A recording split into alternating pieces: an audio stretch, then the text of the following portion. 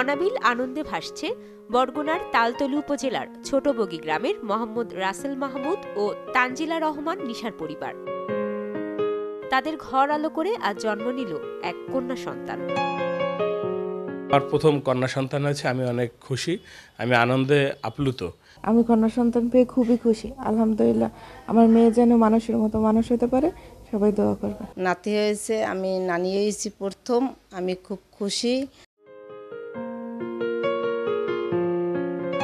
নবজাতক ও তার পরিবারকে শুভকামনা।